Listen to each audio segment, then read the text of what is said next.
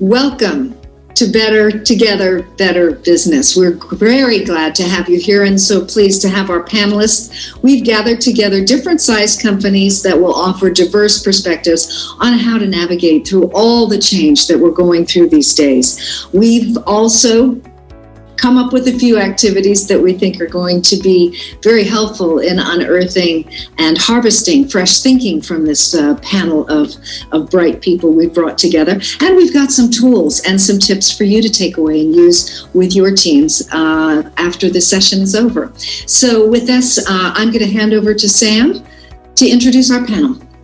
Thank you very much, Teresa. And joining us today, we have the influential Kwok. She is the Commercial Director of Consumer Health at Johnson & Johnson. Hi, Chloe. Hi. We also have Amit Chatterjee. He's the founder and CEO of Shadow Factory. They are a new tech company who specialize in augmented and virtual reality.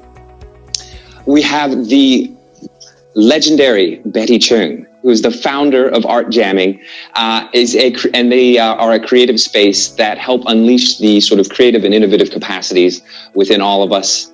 My name's Sam Bobertz, and my business partner Teresa Norton are here to facilitate this conversation, and we're here on behalf of StarMaker.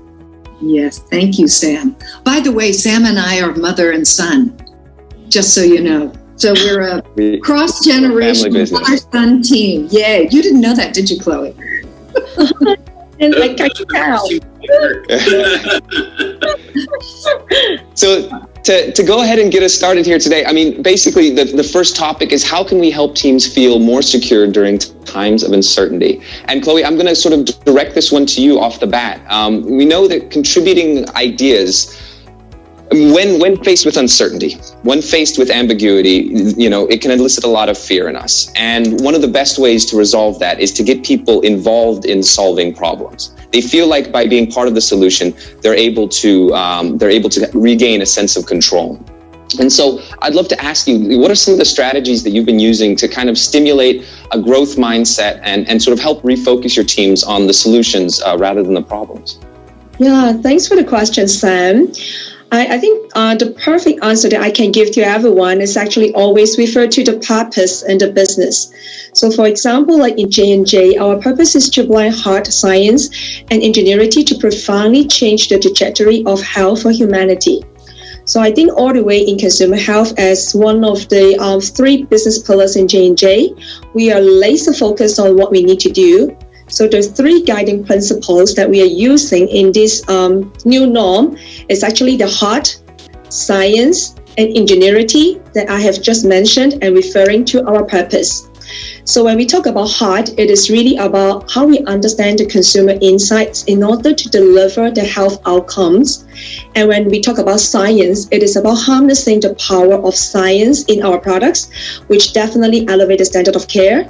And lastly, ingenuity definitely is all about innovations, creativity, and agility to deliver impact. So let me share a very brief example with you. I think more so than ever, like right now, everyone is wearing masks, and it is really a new norm for most of us.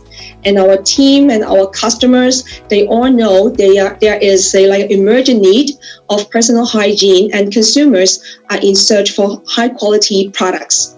So added with agility and also urgency, the team in Hong Kong brings into the market the Listerine Pocket Mist and actually an oral spray, which manufactured in the US and definitely help to answer the emergent need of Hong Kong people's oral care regimes. So I think it is actually one of the good examples how we add in one team, referring to our purpose, and then to actually deliver the solution to the consumers.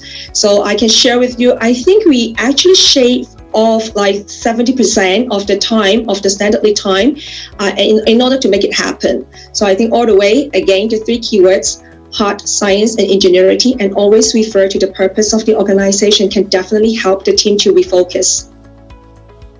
Fantastic, Chloe. Thank you very much for sharing. It's sort of like a mantra that gets created around that. Yeah. No, that's wonderful. I appreciate it. Okay, so I'm going to open this up to the rest of the group. And what I suggest we do is we do run this sort of as an activity. What we're really looking to do is harvest as much thinking from your wonderful minds as we possibly can in this short period of time. So what we're going to do is we're going to draw from improvised theater. Life is improvised, and so looking to improvised theater, especially when faced with uncertainty and ambiguity, is sort of a logical place to begin. And one of the keys with improvised theater is that it's always about being solutions focused. It's always about problem solving. Whatever's being confronted with, you're always looking for the solution. And so one of the ways we can do that and use that here is using a simple combination of phrases. And so what we'll be saying is, what I like about that idea is, fill in the blank. And you could fill in the blank. So what you like about that idea is, and so you listen to what Chloe has just shared to us, and an example would be like what I had just sort of said. What I like about that idea is that you simplify these things and you create a mantra. And you could, when you say and you could, you're looking to just add a little something to it, a contribution. And so in my mind, it could be, and you could also use this as something that you send out to people via social media so that you engage the market so they know what's going on inside as well as outside.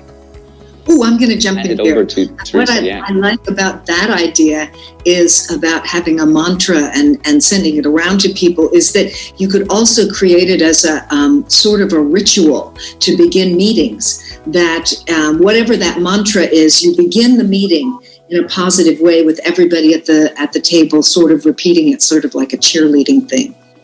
I'll pass over to Betty. Well, that's great. What I like about that is that you're getting everybody engaged at every level. I think the word that stood out for me was ingenuity, because I think that gives a lot of people the sense of having their ideas validated. And, when you include everybody in that, that makes a very powerful team. And I think that's a really excellent way for the teams to feel rewarded and part of the whole process. And you can always take that further and have them participate in a kind of internal competition, very much like a game. I love games because people act a little bit silly, and we do that in our business as well. If they act a little bit silly, they give themselves permission to come up with the craziest ideas, and some of them are the best ideas. Amit? Fantastic. Over to you, Amit. Yeah.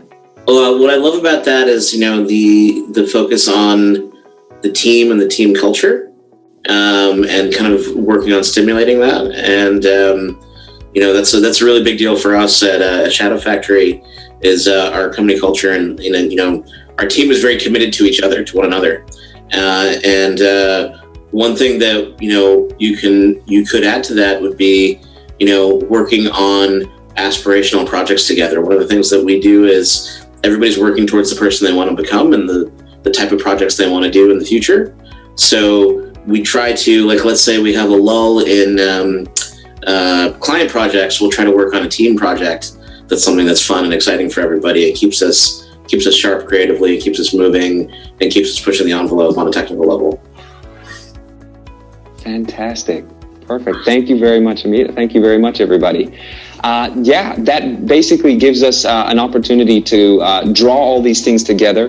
What we'll be doing is we'll be combining these into some notes. And for everybody watching, if you look underneath, we'll have a link. And on that link, there'll be basically a little bundle, a treasure trove of different activities and different things that we harvest from this conversation that you can begin to use and formalize within you and your teams. And we've also tossed in a few of our StarMaker tools too. So there will be a whole bunch of cool things that you can use with your teams to get the best out of them and navigate through this change. Yeah, that's very great. Good to know. Hello, I'm Jose Bezanilla, CEO of Great Place to Work for Greater China. This was an amazing episode. Thank you very much for all the panelists and Sam and Teresa. You did an amazing job. And just want to bring up this great ideas that came out of the conclusions of this panel. The thing about the tool of what I love about this was this and that, and then you could do this and that. This is an amazing tool for many of your meetings, many of your gatherings, many of your one-on-one conversations. This can really help a lot to boost the performance, the collaboration, the contribution of ideas in your teams. And remember, what we do is all about trust. Grow the level of trust. So if you do that, by using this kind of meaningful conversations, you will be validating the ideas of your team, and the feeling of that and the experience of that will be very powerful for you. Good luck applying all this, and see you in the next episode.